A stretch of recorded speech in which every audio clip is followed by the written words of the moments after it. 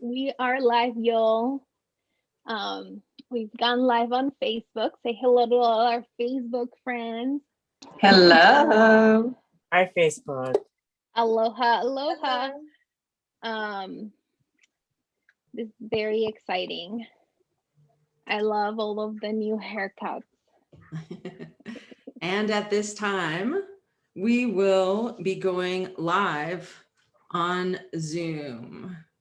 Take off all the willies, and we are live on 3, 2, 1. Hello, welcome everyone. Bienvenidos a todos. We're gonna wait as people start to come into the space.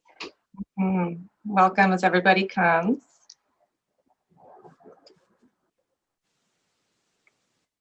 Welcome to our very special event, Breaking Barriers, Building Hope, with this amazing chingonas who are just kicking ass and taking names, and who I'm so proud to be in the space with today.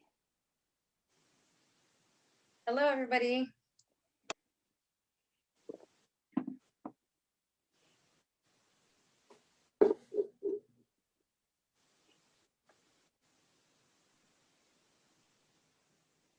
Okay, so I feel like we may have most of our attendees here. We're so excited to have you here. Thank you so much for joining.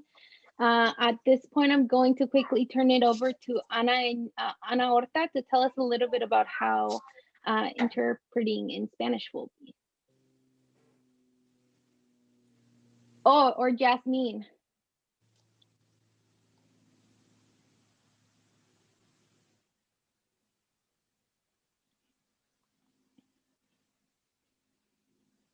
Lo que va a pasar es que las personas que necesitan interpretación a español, hay un, abajo en el menú dice interpretation y tiene como el símbolo del mundo, se parece.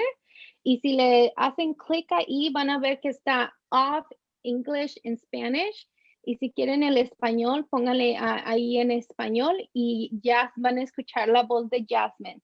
Si tienen algún problema, déjenos saber en el chat para poder ayudarles.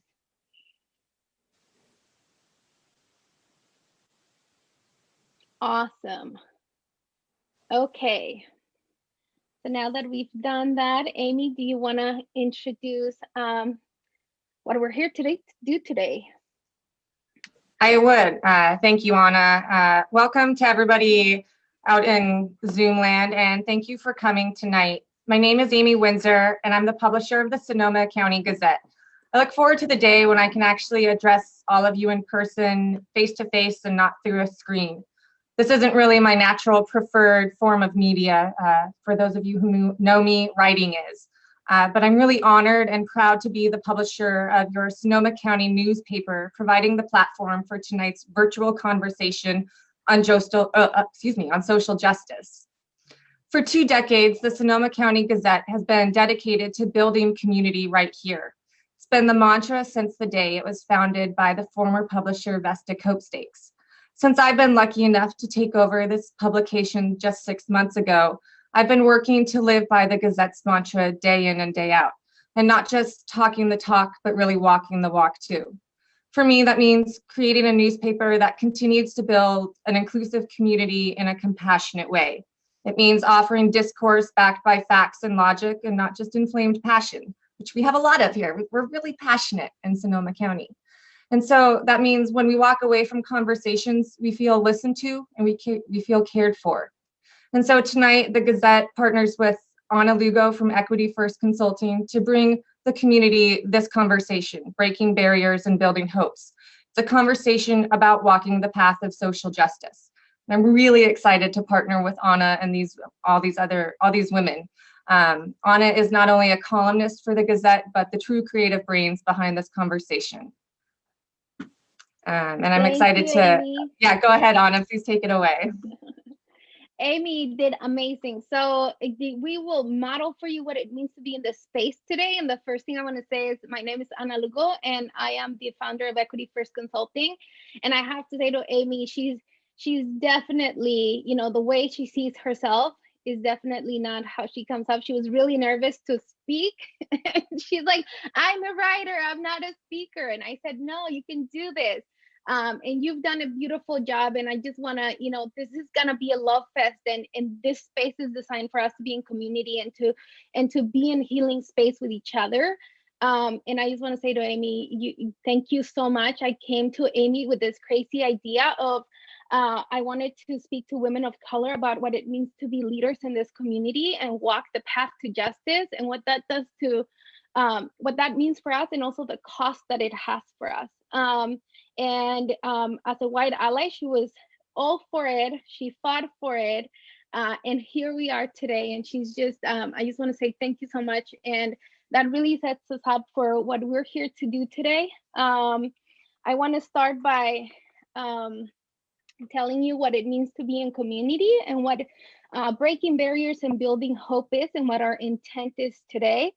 And what it means to be in community is that we want this to be an interactive space, as interactive as possible. So we've done everything we can to both hold a safe space for our panelists, but also hold an interactive space for you, which means that we're both on Facebook. Amy's going to monitor the chats on Zoom and on Facebook. And we want you to talk about anything and everything that resonates with you, that challenges you, that brings up things for you, questions you have. She will send them to me, who will be moderating the conversation today. Although these women are so incredibly amazing and chingonas that they need no moderation, really.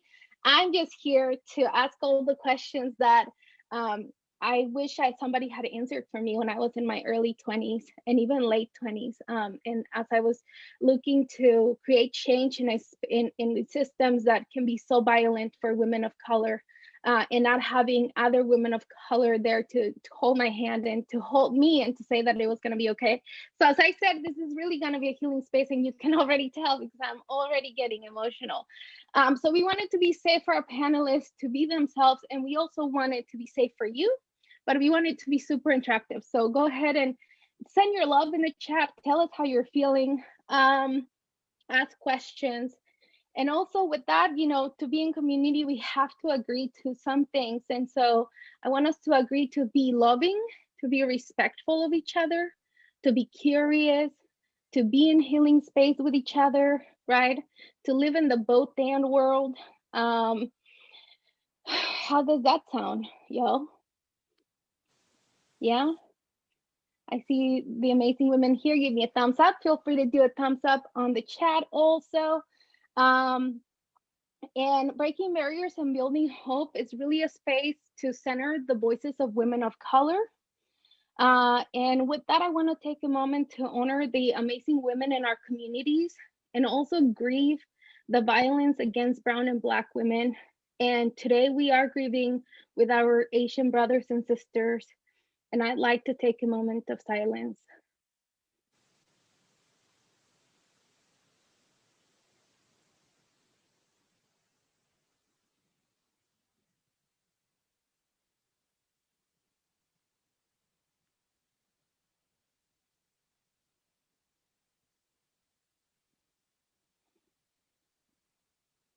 And as we go into this space, honoring and loving each other in our communities, I want to invite you to get present into the moment, to get present into the space, to enjoy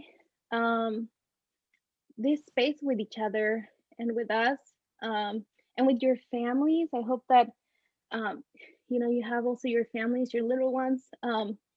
I won't say too many bad words, I promise. I will keep it as PG as possible. And to just be here with each other. That is what we want this space to be. I will speak slower. I speak really fast when I get nervous. But I think it's beautiful for me to ground myself as we get started. So I will start telling you a little bit about me. As I said, my name is Ana Lugo. I am love, I am learning. I am the daughter of guerreras who for centuries have fought against injustice. I am woman, I am strong. I am human. I am feelings. I am trauma. I am healing. I am fear, and I am overcoming. I am judgment, and I am forgiveness. I am the oppressor, and I am the oppressed. I am freedom. I am a gate opener. I am freed, and I am freeing. I am all of it. I am joy, and I am sad. I am angry, and I am peace. I am me. I am you. I am us.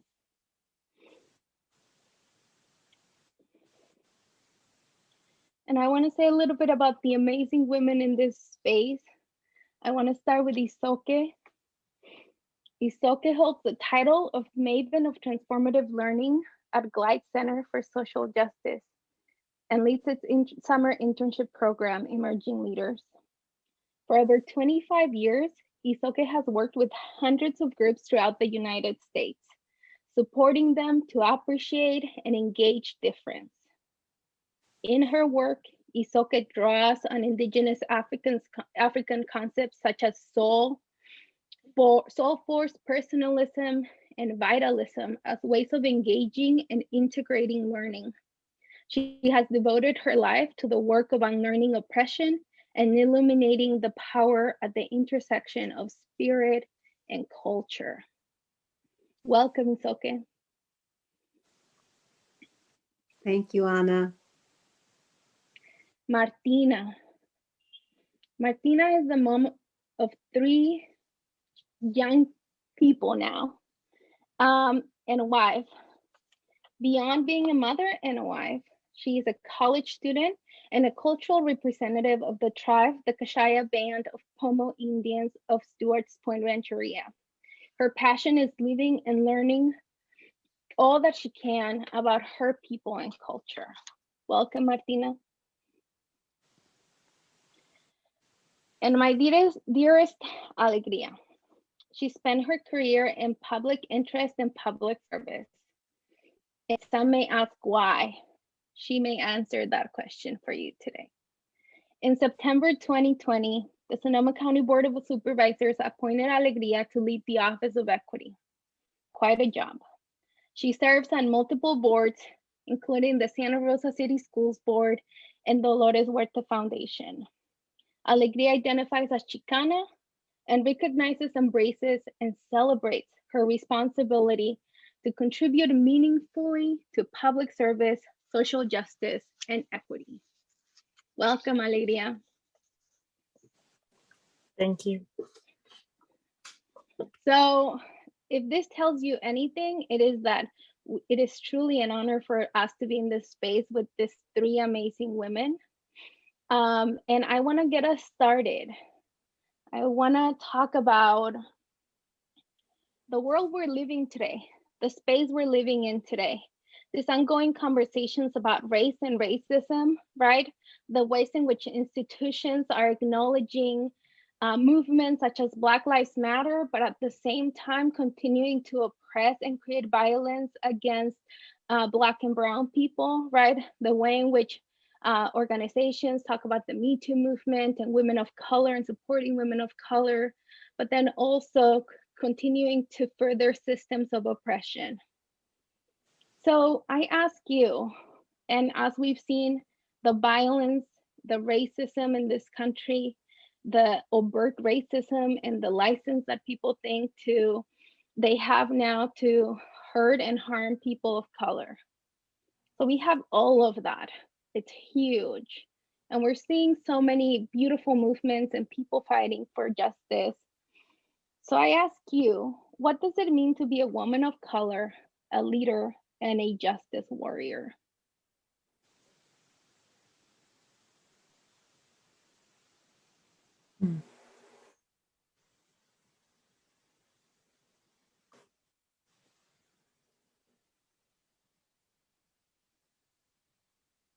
Can I jump in?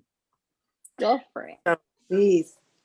I'm going to talk about what it means to be white and to be a woman of color and the daughter of a white woman. to be a woman of color, and to have white family who love me, and to be a woman of color and to have white people who have hurt me. And that sometimes those people are my family too. And so I feel like those really difficult questions and connections between who we are, and when we say we, it means all of us, to me say how important it is for us to talk about these experiences that we hold, we as women of color, but also recognizing that there is nothing monolithic about that definition of ourselves.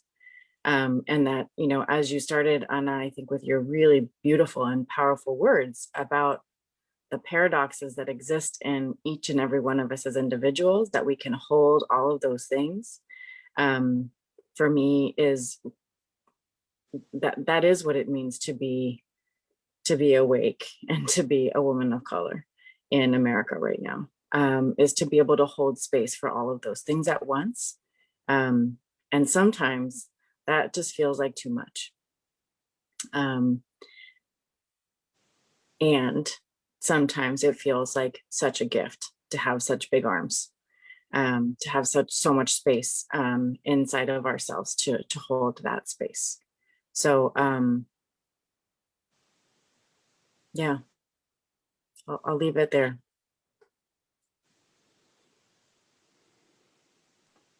I guess I'll jump in now. I guess answering the question, what is it like?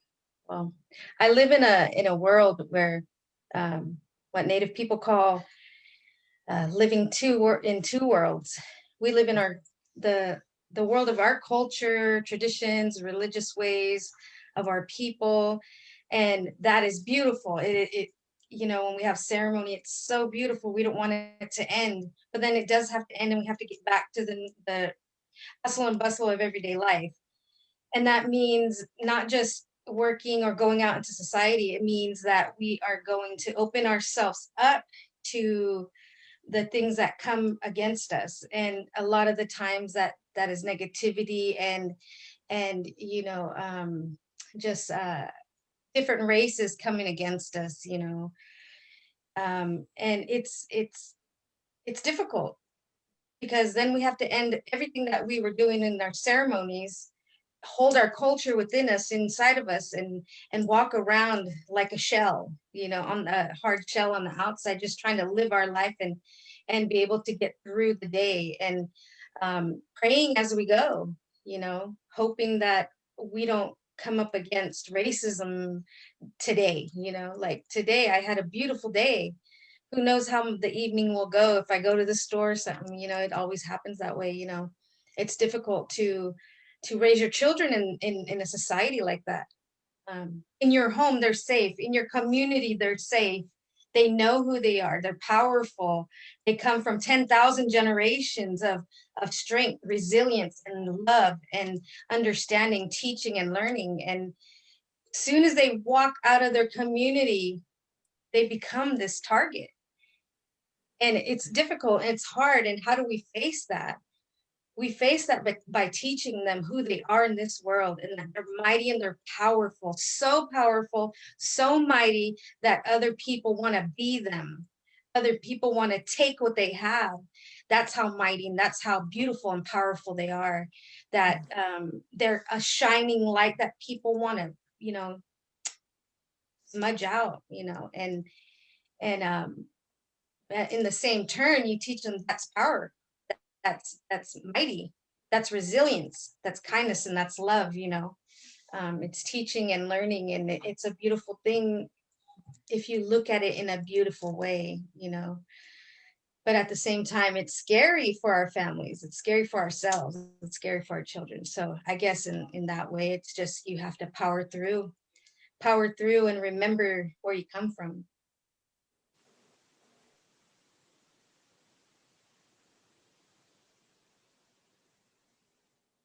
Wow. Thank you, Martina. I don't really have a ready answer.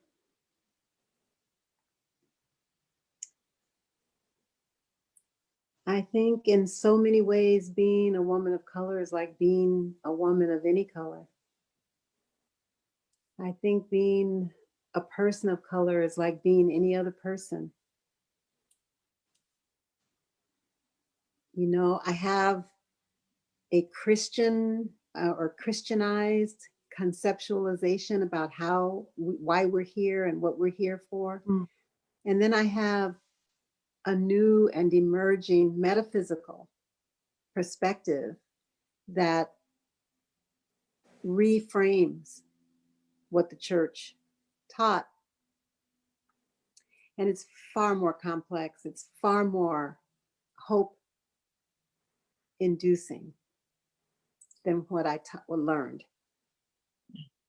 So one of those things is that, you know, the soul has no color, it has no gender, it has no any of those markers of social identity. The soul comes here to have experience.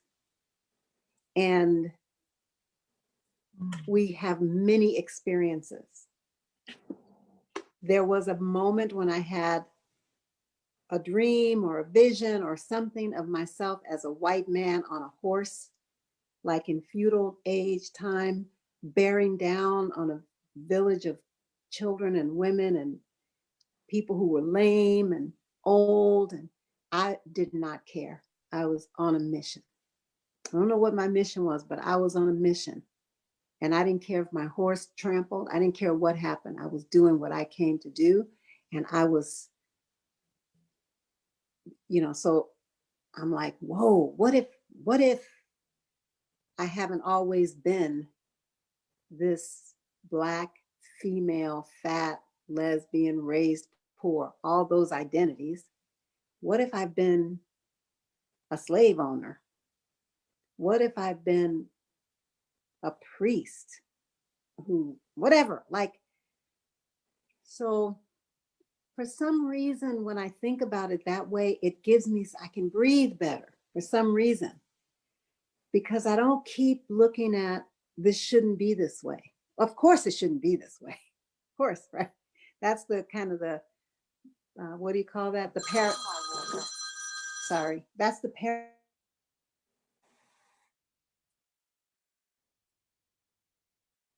Ooh, it's okay. We can't hear you.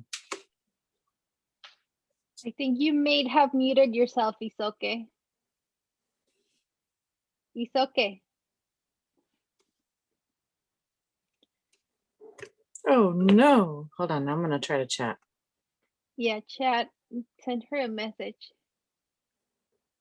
This is such good stuff too. I know it. It's not meant to be with us yet. What happened? Oh, There there you you are. are. You can't hear me anymore? We can Now hear we you can. now. We can hear you now. Okay. I don't know what's the last thing you heard. You were talking about the freedom of knowing and understanding that you could have been in other bodies and other roles in previous times, right? Yes. And what it means, right? That of course it isn't fair to what is happening to people of color and women of color today. And then you were going from there somewhere else, and then we lost you. Yeah. So that's a paradox that I don't know how to resolve, right? Things are happening that should not be happening, and yet they are happening. And this time around, and maybe many other times around, for all I know, I was on the target side. But my current understanding leads me to believe that I've also been on the non-target side. And I'm wondering, when I look at people of color and what we've preserved in terms of indigenous soul, what we've preserved, did the Creator ask us to preserve these things for everyone's liberation?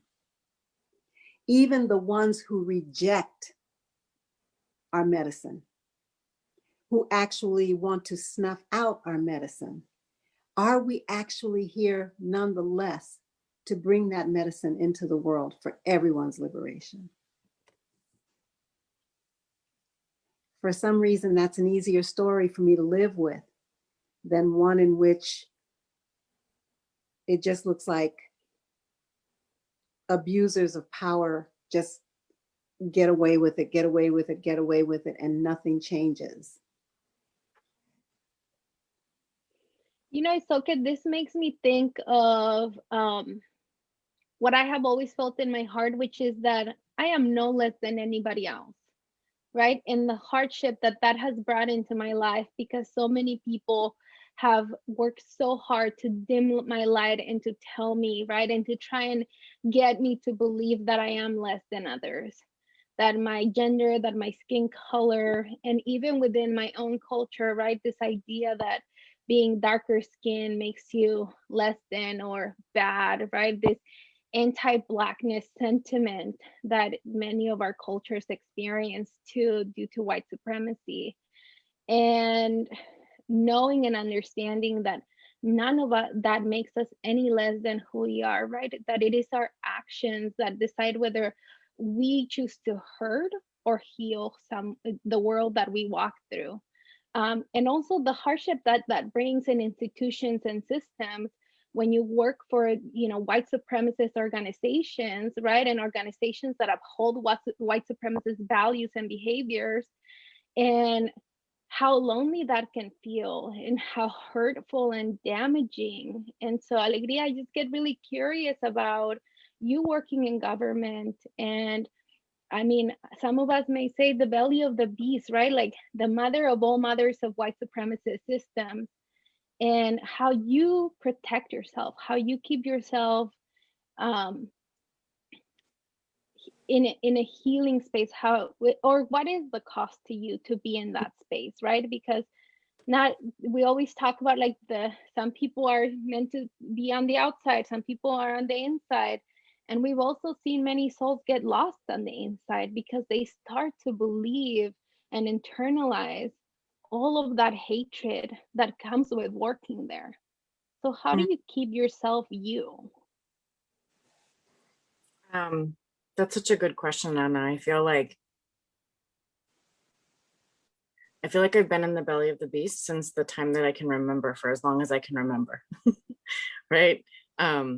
I think when you're raised by people who really, brown and white people, right? Who are like, be the best, get straight A's, you know, you're raised in a culture of competitiveness.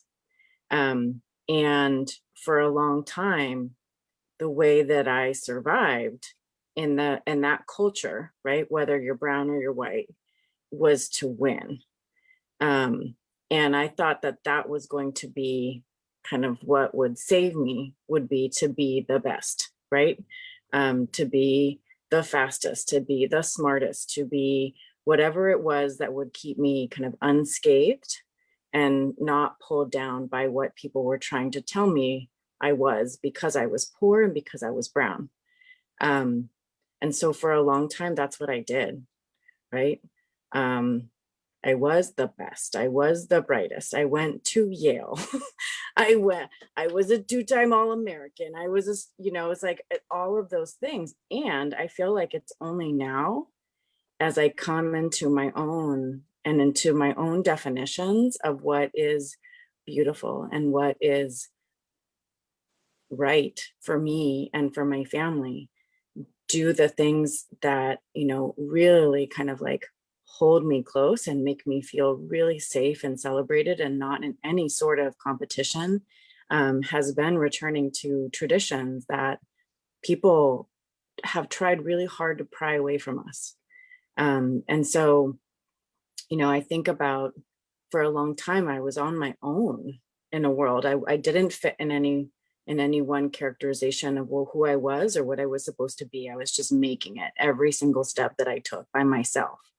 And there has been something that has been so healing about returning to my traditions, to stepping into circle with my danzantes, to to really embracing a different structural way of existing in the world that is not individualistic at all. That celebrates and embraces this idea that a circle is a much stronger structure than a point.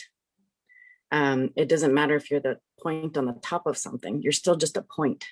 And when you're part of a circle, I think we talked about this earlier, right? A circle like is so flexible. It expands, it can contract, and it holds you in it, and it holds everybody who's in that circle in it. And, you know, the second that you're falling out of the circle pulls you back in, or it lets you fall out by getting bigger. And, you know, I think that that is the way to survive systems of white supremacy. That is the way to survive being in the belly of the beast, is recognizing that there is no way that you are alone in any of those places. And as soon as you think you are, you're lost. You are lost. And it's places like these that I think are really important for us to continue to create everywhere we go, is like looking around and saying, who's part of this circle with me? Who can I pull in, right? Who needs me to pull them in right now? And never walking into any place alone. I think it's also, you know, Isoke, what you just said about, and Martina, knowing where you come from, you're never alone. Knowing that you're standing with people who hold you up, you are not alone. And I think that is what means that you don't get lost, is because your circle is going to pull you out of the darkness. The circle is going to pull you out of the place where like you think you're standing there by yourself. That is just not true, right? So I think that anybody who's in this place thinking like, well, I did X, I'm this, I'm that, it's the I part of it that I think means that we're losing ourselves, right? The sense of a collective and the sense of a collective power and a collective identity that is so much more beautiful and so much more meaningful in that way. Thank you, Alegría. And, you know, Martina, you said something that really struck me around being in, and I think, Alegría, you touched on this a little bit, right? Which is being with your community and being in community and being held by your community. And then the opposite of that, of having to have an armor, right? To go out into these spaces and outside of your own community, to whether it is to work or it is to shop, right? Or it is to whatever, right? Like we have to go out in many cases out of our own communities and into the dominant culture and dominant spaces to live, right? Because that's the way it's been designed. And I get curious about the ways in which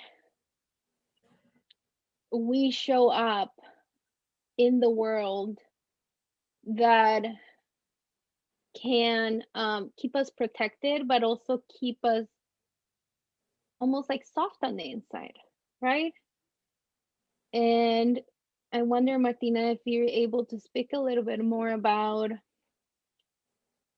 the ways in which, you know, you're able to keep yourself in the space of love while also dealing with the extremely violent racism that we have to face.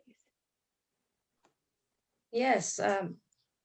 Well, before I go anywhere to represent my tribe, or I go out doing cultural practitioner, you know, stuff. So I pray for myself. My elders taught me always to pray for myself. You know, when I go out into the community or the outer community, always pray for myself and carry my medicine with me, but not just with me, but inside of me too, because we are spiritual people. We are spirit. We, like Isoke said, we're not, a spirit isn't a color. It doesn't have a sex. It is something greater than we are as a human being. And it is an honor to carry a spirit inside of this humanness, you know. And when I go out into the community, I make sure that I pray and protect myself before I go and represent anybody or speak to anybody, teach, or anything like that. You know, like I said, I carry my physical medicine and I carry my spiritual medicine with me. But again, I go back to what I tell my children, what I've taught them about who they are in the world, culturally, you know, traditionally and religiously, or, you know, we call it the way or waya, the power that they carry. And I think about that in the teachings that I received from my elders. And Isoke, you made me feel like I was sitting with my great aunt who's no longer with us. And she spoke like that, you know, that it resonates with me, the way you spoke, you know, your true words, your powerful words. And I go back to that. So when I walk out into the world outside of my community, I take that power with me that they taught me, they gave to me, the understanding of who I am in this world. I am powerful. I am strong. I am so powerful that my people have been so resilient in a changing world that keeps, you know, hitting them, but they keep getting back up and they keep walking forward and keep, you know, keep on going. And so when I walk out into the community, into the world, I have this armor, and this armor is so powerful. But at the same time, I know the words that I'm carrying are the words of 10,000 generations and even more, and the history and the genealogy and the connection to earth and space. And I carry that with me. And I'm lucky, I'm so lucky. A lot of the times, majority of the times that I go out and speak, there are others, you know, that are there who stand with our people, you know, who back us. And when they see me walk in all by myself, you know, in the human form, all alone, they come over and they talk to me, they speak to me. And you know, sometimes I'm told, why are you sharing so much with people? Why not? Because that's what I'm here for. I've come to teach and I've come to learn. And I am learning every day, and I have to teach what I learn. You know, of course, there are some things that are only for my people, and that is sacred. And those sacred things never go past this mouth or, you know, outside of my community. But there are things that I have to teach, and I think it's beautiful. Like somebody had asked a question or made a comment in the comments, and it is true. You have to open up other people to the spirituality or the power or just the beauty of what we are in this world, the humanness and the spirit. Thank you, Martina, and amen to that. All of it. You are also powerful. Right now, we're going to take a quick break just so that our interpreters can switch. Because as you all very well know, interpreting is a hard task. And that's why we recruited the two best women in Sonoma County to interpret for us. And Anna or Jasmine, when you can give me a thumbs up when you're ready.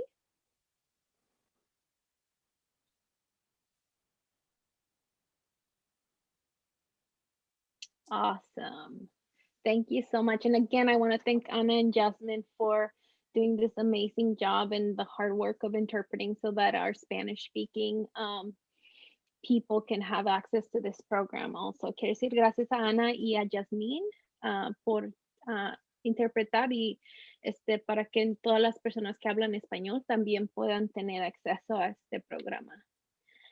So I want to talk about narratives, right? Because some of the things that you've talked about, and I think something that we continually miss is who has written the narrative for our people, right? Who has, you know, I think Alegría alluded a little bit to this, and I was reflecting as Martina, you were talking about my time in school, right? And in these institutions that, you know, have been created whether knowingly or not, they've been created to uphold white supremacy. And one of the things that I often think about is what it meant for our children to be sent to schools with white teachers. And I think a lot about this today because I have a nephew who's a little kid, and he goes to a school with majority white teachers. And the ways in which, and maybe you can also, some of you can relate to this, which is that at some point you start to become ashamed of who you are, right? Not, and some people may very overtly say, right, like call you names or say mean things to you. But in many cases, it's just the teachings, right? The history we're taught, the way in which we are taught, the norms, the unspoken norms of who we're supposed to be. I often tell the story of going to a dinner party for a friend when I was going to a private school and having no idea that there are all of these forks and knives that you're supposed to use, and there's a way you're supposed to use them, right? And then you're supposed to put a napkin on your lap and all of these things that people consider to be civilized, right? This civilized way of having dinner. And how ashamed I felt that I didn't know any of that, right? And how that seeps into our being and into our spirit and to our psyche, so much so that I was so angry that I was who I was, right? That I wanted so deeply to divorce myself from who I was, and that I spent so much of my time running away from my body. And all of those are narratives that somebody else wrote for us, right? And that as children, when unprotected, we are, soaking it in because we're sponges. And then we have the job of expelling all of that out to come find ourselves again, right? And Alegría often hears me say that I'm making my way home and that I just want to go home. And it's because in so many ways I've spent so much time outside of my home and out of my body, because society has told me that that's, it's unacceptable to be brown, it's unacceptable to be a woman, it's unacceptable to not be 100 pounds, right? So all of these things. So I wonder, when we think about narratives, how do we begin to write our own narrative for our kids and for our people so that we can support our people in healing and letting go of shame and in being free? I know that's a huge question. Well, I think that we are doing that right now. And people are doing that all over the world. Everywhere, people are doing that. More than ever before. Just yesterday, I think it was, I was on a call that was about economic justice, and some big corporation had given a chunk of money to a group of people who are primarily people of color to work on economic justice. And I just assumed that it was going to be business as usual because the money was coming from some source, and it was just, But I got on that call, and immediately the leader of the call said something like, let's just talk. Let's just be real with each other. And I don't know, anyway, it was this kind of rhythm of like, this is not business as usual. This is not going to be a white space. And I got so charged. I was like, damn, I didn't even realize. I mean, I do realize, but in my body, I could feel myself sink down and like feel my butt and feel my gut and I could feel myself. I was like, oh, hell yeah, I'm here, right? I am here. And I was invited to show up. That is how you change a narrative, right? Like suddenly I'm not having to code switch. So that's one thing I want to say about changing the narrative. But also, I just want to bring in the term internalized oppression here because that's what you're describing. And I think for many of us, I'm 70, and I started doing this work in 1985. And that was when, you know, the term internalized oppression was brand new. We didn't know it, but we were so like, when someone told us there was a name for this feeling of not being good enough, this feeling of like, but for some people, internalized oppression looks like I'm not good enough. I want to get away from my people. For some people, it can look the other way. It can look like, it can look hard and, you know, like nobody can get to me and I don't let this shit get to me and da, da, da, da. But it's still the IO. It's still IO. So I just want to say that. So this internalized oppression, what is the narrative that helps? I've been asking this question, how do we inoculate our young people? That's the term. One of my Native friends said that when she was growing up, she and her grandmother would be walking down the road, and white people would just stare at them. And at one point she asked her grandmother, why do white people stare at us? And her grandmother said, well, you know how cows just stand and stare?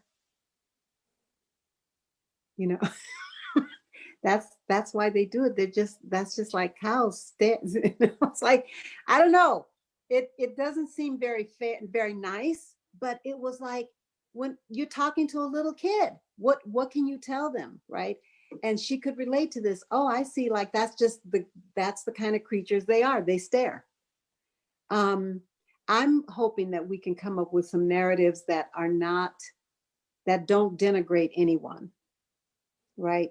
That don't rely on us and them, but that they just tell the truth. They just tell the truth in a way that,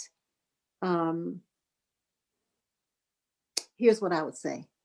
And I think I mentioned to you all, my 8-year-old granddaughter left a school in Santa Rosa last year because of being tortured by another kid in the class. And the teacher was completely unable. White teacher could not respond with any intelligence.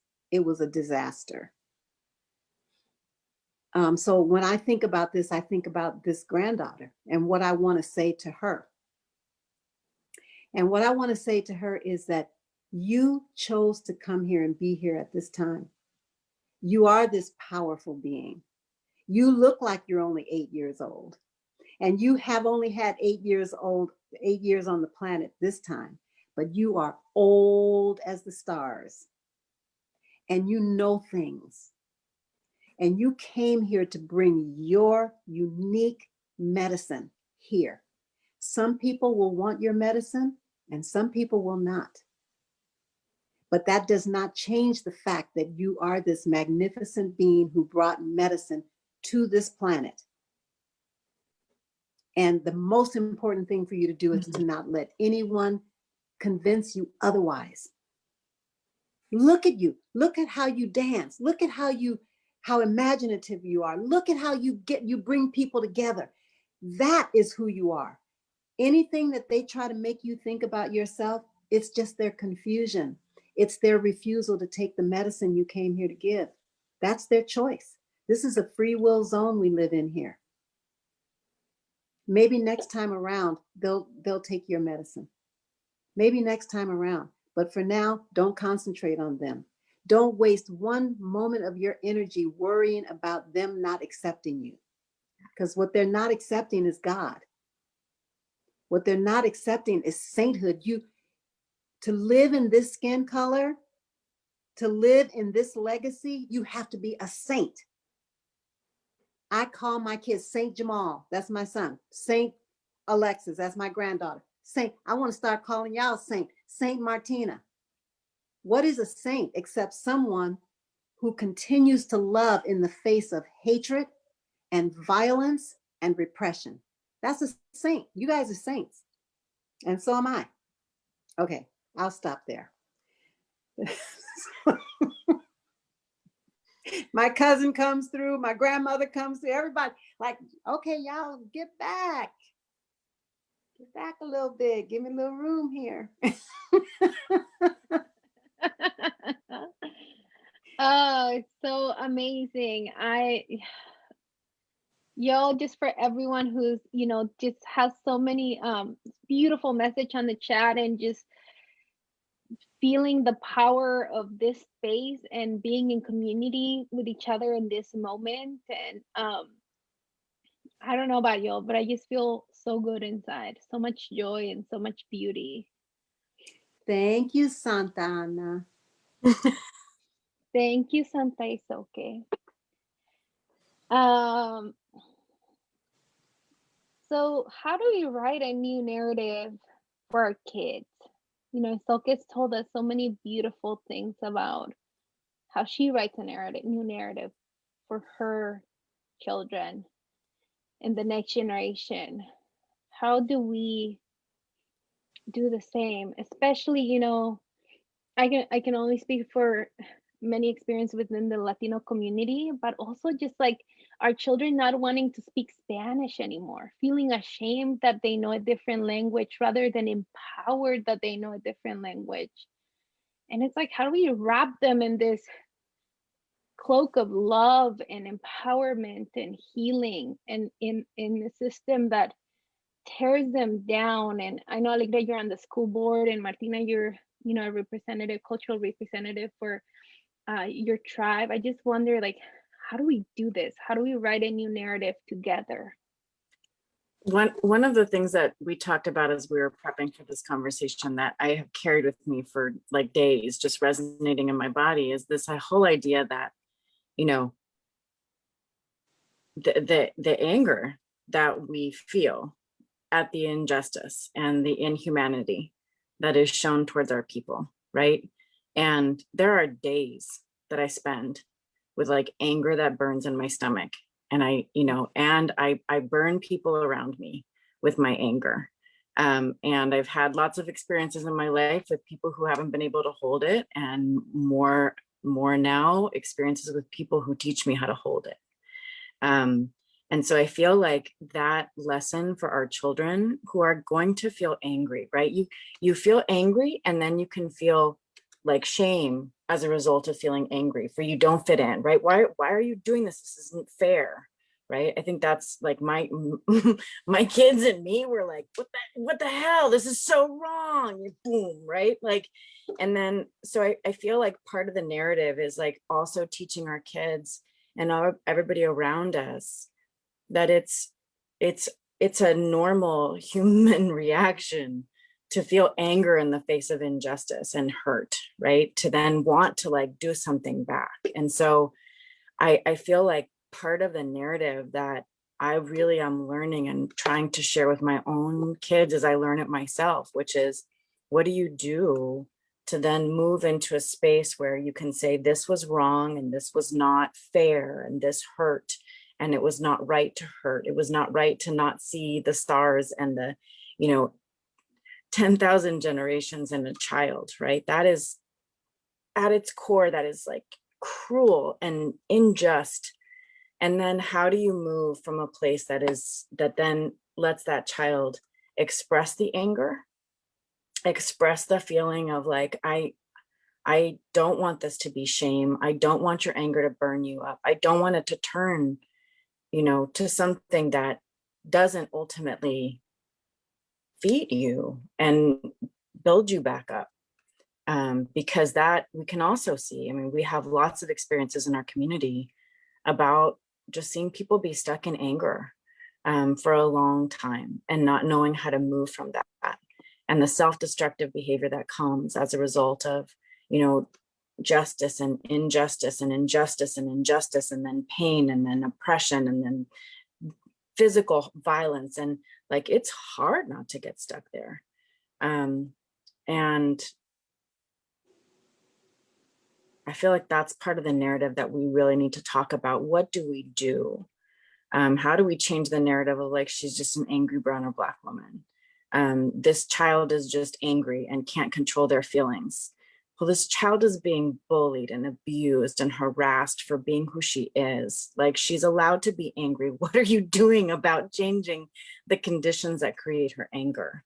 How do we go beyond that? And I feel like that narrative is something that's really powerful for communities of color, and especially for women of color in positions of power and in positions of leadership, because we can so easily get painted with, you know, that brush is, oh, she's just angry. Don't, you know?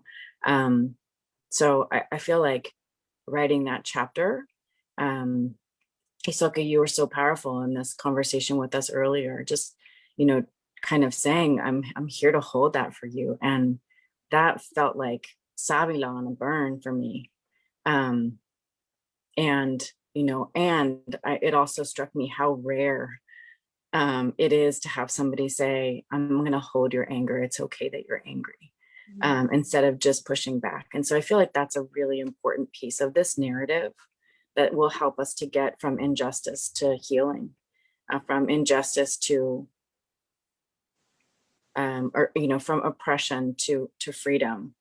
And that's a big missing piece, because I've always found it really hard to move from injustice to peace. That's I have a hard time. I want to hear from Martina, but I want to just say something on this anger piece real quick. And that is, like, we are people of ritual, ceremony, whatever word you want to use. But anger and rage are perfect for ritual. Yes. I have learned various rituals, I'm telling you, where the dragon can come in and burn the whole place down, and the ritual holds it. The ritual circle holds it. So, 2 examples. In my research, I invited ancestors to come in. And some of those ancestors were, you know, peaceful, loving, they were cool, they were chill, and some of them were not. And the circle was multicultural. There were white people, brown people, black people in this circle. And one person came in, I don't want to give away, because of ethics, I have to be really careful about what I say, but one person came in and she was a fire breather. And she talked about the Brits and what they did to her people. And she just stormed around this circle. It was like, whoa, fire is here. We held it. We held it. And when it was over, she was soft in the belly, because no one wants to live with that kind of toxic rage. It is bad for us. It messes with our cells, with our circulatory system. Everything gets screwed up when we live in bitterness and hatred.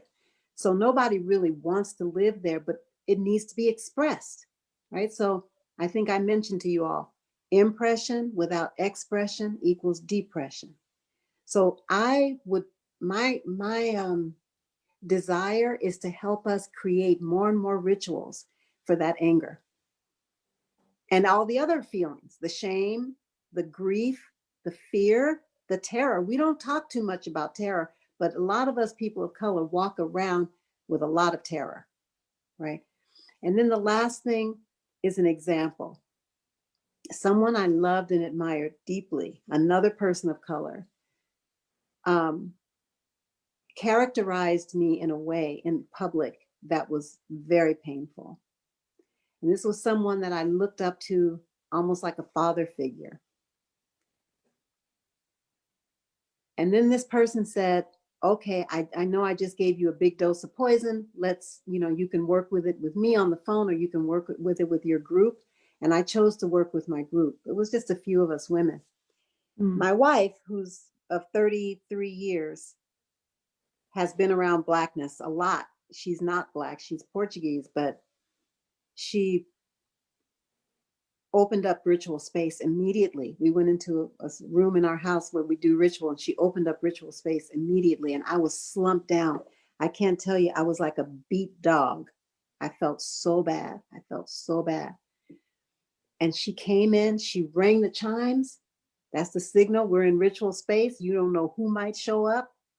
And she came in and she just started walking through the room, kind of huffing and puffing. And she said, You damn right I'm willful, because that was one of the things that this person called me, was willful. You damn right I'm willful. When they were rounding us up in Africa and dragging us onto ships and putting us in the hulls of ships, I had to be willful. When they were feeding us to the sharks, I had to be willful. When they put those whips on our backs, I had to be willful. And as she did it, the tears came from me. I didn't have to hold the anger. Here was someone who didn't have the African experience, but who understood it from living with me, from studying, and she could bring that Black energy through. And I just wept and wept and wept. And another person who was in that ritual and who had witnessed that attack on me crawled across the room and put her head on my, because this is a person who's very passive, not passive. She's not passive. She's just very non-confrontive. And she crawled over to me.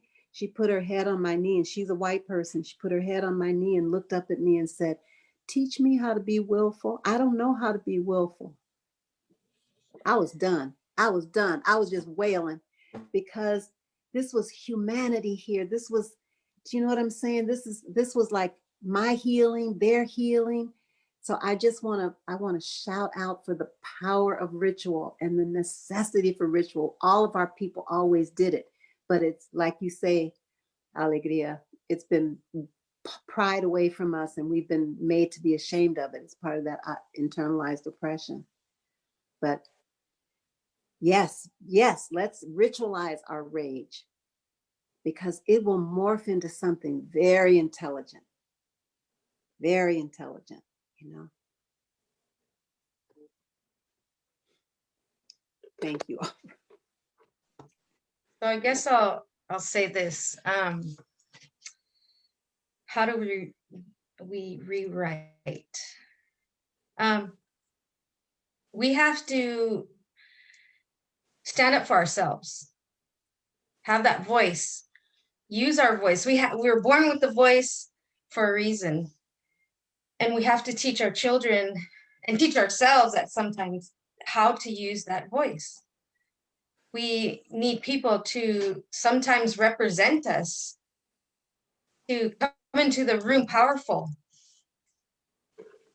Sometimes we have to be the voice for our own children, you know. And I know, like, one thing is, like, in schools, you know, we live in an area that is you know, I guess you would say an upper class, you know, area. And of course there's the outskirts, like the reservations in the area, and, you know, the little low income housing on the sides. But for the most part, we live on the coast. And my daughters had to travel, and my son had to travel an hour to school, to go sit at school early, and, you know, and then have to travel an hour back home after a long day. And, you know, it sounds like an hour's not that far, but it's far in the mountains, you know, on the coast. And my kids had to endure some racial things, a lot of stuff. And you know, one of my girls was very vocal. She knew her power. She knew her voice. She always spoke up. She always spoke her mind. She was very feeling, you know. Angry, she was angry. You were going to hear it all. If she was sad, oh my gosh, she just would fall apart. And when she was happy, everybody loved her. She was this light that walked into a room, you know. And sometimes, you know, she just, when she felt something, she would say it out loud, and she didn't care. And if people were being racist towards her or towards anyone else, she didn't care who it was. If they were rich, if they were poor, if they were Black, if they were white, if they were Native or Mexican, she would stand up for them and be their voice, because a lot of them didn't have their own. And so there would be times where I'd get a call in the middle of the day. I'd have to leave work and hear, you know, I could hear the secretary say, "Oh, Principal so-and-so, here comes Mrs. Morgan," you know. And I'd walk into that office and I would just say, "Wait a minute, we're not going to do this today. We're not going to blame my child for every single thing. You know, we're not going to say that the native child came in here and the native child did this and the native child did that. I said, what brought her to this point and what brought her to speak her mind? I said, you haven't seen a child like her in a very long time. So why is she in the, you know, outraged, angry, or speaking up or standing up for herself or someone else? What happened? Open your eyes and see. And you know, they always would sit back and look at me, you know, like, wow, okay. And you know, when we'd walk out of that office, they'd say, I'm so sorry, I apologize, you know, you're right, we need to look at everything.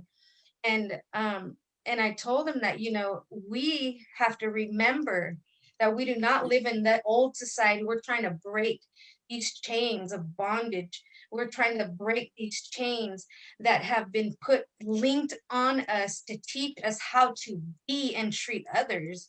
Now we need to, you know, rewrite that and make it better, you know, and just teaching and what that is and what that looks like is important. And it's hard to stand up. It's hard to be that person that stands up and has that voice, but we have to do it for the sake of our children's future, for the sake of ourselves. We are important. We are just as important as the next person. We are just as important as any other race. And you know, we have to remember that. And being angry, yes, we have that too, you know. And there was so many times that I was so angry, and you know, when one of my daughters used to say, why are they looking at us like that? Why do they always got to whisper when we walk by? And I, you know, I'd be angry, like, but then I thought into myself, I have to teach her how to just take it all in, put it where it needs to go, and release good energy. And so I tell her, you know what, don't worry about them, because what they have is sickness. They haven't been taught the correct way to be to others. You know, that's a sickness. Let them sit with their sickness and you be well, you know, basically, in so many words. And she just always look at me like, whatever. But now that she's an adult, you know, and she sees stuff like this, she goes, oh, they don't matter. That doesn't bother me, you know. And I'm like, all right, yay, you know, because she knows who she is in the world. So What's her first name? my daughter is Susanna, and the other one is Kami Onam. Susanna she was the boisterous one, and Kami, she's quiet but strong and powerful. You know, they were both so powerful in the person they were and the stance that they have, you know. So it's beautiful to see that. I thought they were never listening, but they were always listening. They were always. This is so powerful. I am going to have us do one more interpreter switch. And then I'm going to ask for a thumbs up once we have had the switch. Perfect. Beautiful. Thank you, Jasmine. Thank you, Anna. Yes. Thank you, Jasmine. Thank you, Anna. We've covered so much ground today, y'all. And I have one last question for us. So how do we heal, right? We have a lot of brothers and sisters listening to us this evening. Way more than I thought we were gonna have. So I'm really grateful to anyone and everyone who showed up and who has stuck around and listened to us have this beautiful conversation. And I can only wonder what, you know, what people are thinking. And something that I'm wondering, so I you know, I wonder if they're wondering too, is how do we heal, right? Because some of us have the privilege of being in community with other women of color who are on this path. And some of us, you know, may be a little bit more isolated in those places of work that we're in, right? So what is one thing that people can do to begin their own healing? And that's not just people of color. Our, you know, white people have to heal too. They have, if they want to show up as allies, they need to do their own healing. they need to, undo their own, white supremacist beliefs and thoughts and ideals, right? And, how do we heal in a world that others people so much?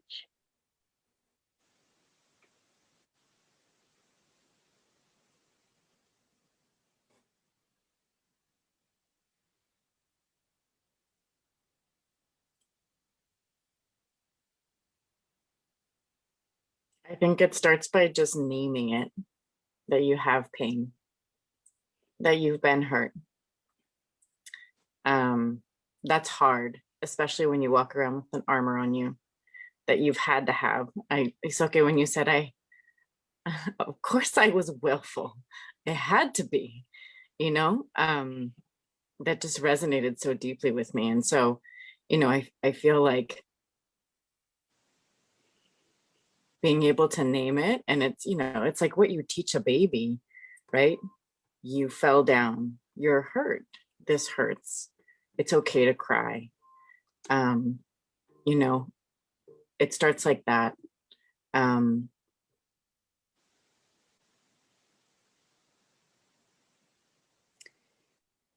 As a psychological practitioner, I want to give people space to have their feelings. Not just the feelings where you say, I'm feeling angry. No. Here's a kick bag. Here's a freaking bat. Beat the shit out of this kick bag. Let that force of nature, let it come through. Let the yelling come through, let the screaming come through. Let your muscles expel, because you can sit here all day long saying, I was really mad about that. The energy has not moved. You need to move that energy. Now, we need to develop the capacity to tolerate that. Those of us who are healers, who want to be healers, we have to develop muscle that doesn't freak us out when we're in the face of that kind of energy. Because some of us have been the victims of violence, right? So when some violent feeling comes out, even if it's not physical, we get, we can be the ones to say, you got to put that back in the box because that's scary to me. But we can all develop the ability to be okay with someone having a temper tantrum. It's just a grown-up temper tantrum. That's all it is. So that's one thing. And then I want to say there's a practice called the speak out. In fact, we're having one tomorrow at Glide for women, a speak out on sexism. And in a speak out, the target group people, let's say women, answer 3 questions. What do you want your allies to know? This can be the good, the bad, the ugly. What do you want them to know? The second question is, what do you never want to hear, see, or have happen again to you or your people? And the third question is, what do you require or want from your allies to end this madness? And the allies, in this case, men tomorrow, say back what they heard as close to word for word as possible. They don't interpret, they don't edit it. They try to remember the words themselves and they say them back. And there is something so healing about that. I've been in probably 50 speak outs. That's partly why I have all this space inside me for a lot of rage and all the other stuff. So I want us to do community speak outs. I want immigrants to be able to freaking speak out to me.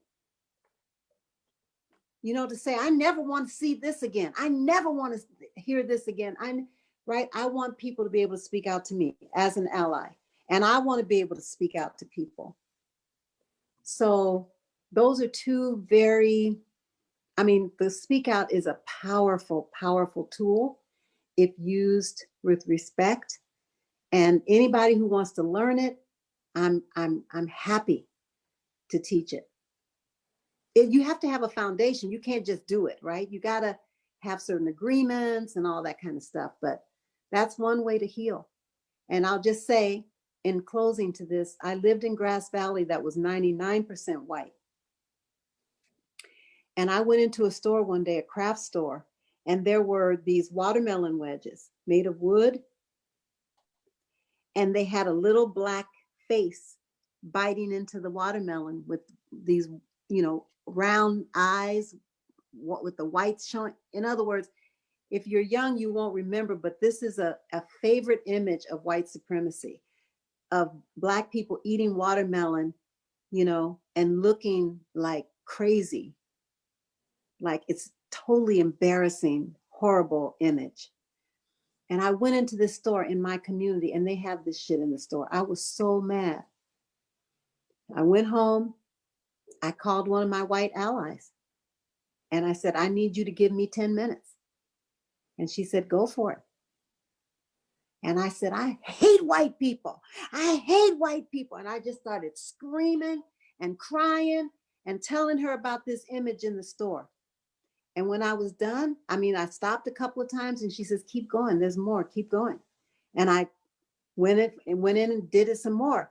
And finally at the end, when I was done, she said, I'm gonna go over to that store and see if I can get them to remove those.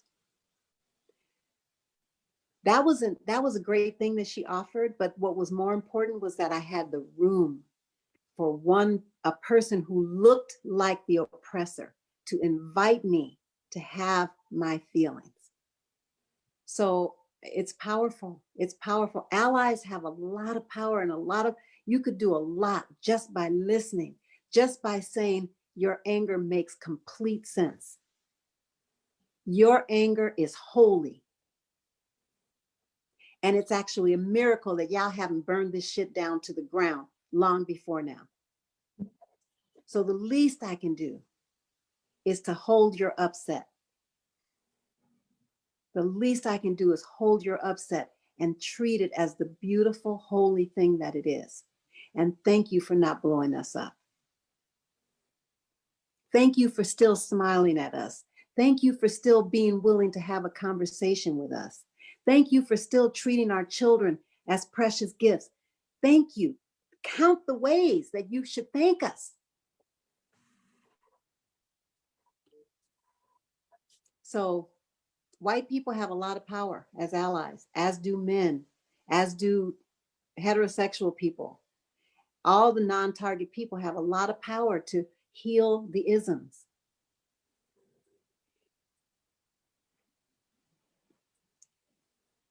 Thank you, Isoke. Martina? I guess healing. What does healing look like? For me, I can't say for anybody else because we all have our own ways. And, you know, but for me, I have come to a time and place in my life where I say it out loud now. And Anna, what you opened with just touched my heart. It resonated with me. I am trauma. I'm broken. I have so much to repair, and sometimes I have to just like hug that little girl in me. I have to tell her she's okay, that she's grown now and she's strong, she's powerful, she can speak now. She can talk out loud and say what she wants to say. I stand up for myself now, and that was not something I did before. And I'm called loud, talkative. I say too much. But no, I'm powerful. I'm beautiful. I'm hurt. And I'm going to say it out loud. I need people to know and understand that, you know, when you see this person right here get loud and speak up, it's not because I'm just a loud person and I want people to listen to me. It's because I couldn't speak before. It's because I was oppressed. It's because I was traumatized, because I was so broken down that I couldn't say anything for myself. I couldn't even save me. And now I will. Now I will stand up and I will talk for myself. I will represent myself. I will teach my kids. my generation, my cultural people, that you can speak up, you can be strong, you can be powerful, and nobody's going to take my voice away ever again. Nobody will take my children's voice away. Nobody will ever take the voice of my people away again, because we are here, we are powerful, we are strong, we're not going anywhere. You know, it's all about love, but at the same time, it's all about healing too, you know, and light. Find the light. Find what awakens you, you know, and tell people what they need to hear, because they need to hear it. You know, I was told one time that, you know, white people of today's generations and today's society, they carry all this sickness that came from their generations past, and they're carrying it and they don't know it, and they're pushing it to their next generation, to their children. It's just moving on, and unless they know, unless they're educated about it, they will never heal. They will always have that sickness. And it's not just white people, because we get it from our own people too. Yes, You know? yes, We're not yes. the broken ones. You know, our own people are broken. Yes. You know, it's we're all important. Black, white, Asian, Native, Indian, you know, just Mexican, Spanish, you know, Cubans, everybody has this pain since contact of the world, you know, contact of different people to their societies, you know, and what can we do is just look at what happened. Look at it. Open it up. It's all there. We're broken, and we can take that brokenness and say, okay, this is what we are. We're like a puzzle now. You know, let's heal each other. Let's be there for one another. Let's take a list of what needs to be done. We need to back each other up. We need this. Yes. Yes. Let us resolve to have healing circles in person once we can. Let's do it. Anna, Yes, look yes. at what you've created here. Come on, bring us together so we can heal, do some healing work and celebration too. You have my commitment to bring us back together again. I believe you. If you say it, I Very, believe it. very soon. And once able to do it in person, we will do it in person. But this is so valuable, and I think having private time together with us and other people in our communities will be absolutely critical to our healing, collective healing. I want to do also respect this. Okay, I know you have a meeting at 7:30, and I want to Yes, say they're gathering right now, and I have to sing the opening song. so much love. Thank you so much. I think I speak for everyone in this room when I say your wisdom, your patience, your love, your light has really changed us forever, each and every one of us. And I can't wait to be in community with you again soon, and for us to come back together, because I think this has changed everyone in this space and probably also everyone outside of this space. So thank you. You are holy, holy beings. And I feel very blessed to have been with you. Thank you, Isoke. Thank you, Soke. You're welcome, my dear. Thank you. And I also want to say thank you to Martina and Alegría for being so honest and bringing your whole selves to this conversation. It's been such a beautiful process. And we did have a question from an individual feeling like, there's a saying in Spanish, ni de aquí ni de allá, neither from here nor from there, right? The more you assimilate yourself to the white culture, the less your people think you are their people. And the more you go back to your people, the more white culture tells you you're other. And what I offer to this person is that be nothing but you. Own who you are. Go back home to who you are. And I wonder if either one of you has something to share with this person as well. I think about all the times that people are like, you do, I remember somebody asking me once, you dance with feathers? And my answer is yes, right? You went to Yale? Yes. You played lacrosse? Yes. You know, if you can own those things about yourselves, as complicated and as complex as they may be, and regardless, it's kind of like what Isoke was saying about like, without any interpretation of what those things are, and you can interpret them for yourselves and just hold it for yourself and say, yes. Like, I think that's powerful. Thank you, Alegría. Thank you so much. Thank you to everyone who attended both on Zoom and on Facebook. This has been an honor to have been able to have this space and be in space with all of you. Thank you, Anna. Thank you, Jasmine, for all you did tonight to translate the words and the sentiment of each and every one of us. Thank you, Amy, for hosting it, for believing in the idea and in making it happen. And then thank you, Leslie, for all of the logistics behind the scenes and just making it so easy and smooth for each and every one of us to just be here and be in the space with each other. If people who are here today attending one more of this, email Amy, tell her that. And I want to close just by asking Alegría or Martina if there's a parting word that you would like to leave us with, a gratitude or any wisdom you have to share with us and with everyone who's here today. Sure. I would like to just thank you all for coming and sharing space with us and just being here. And just remember that we're not the first ones to go through all of this, you know, and generations before us went through so much and they've gone through it.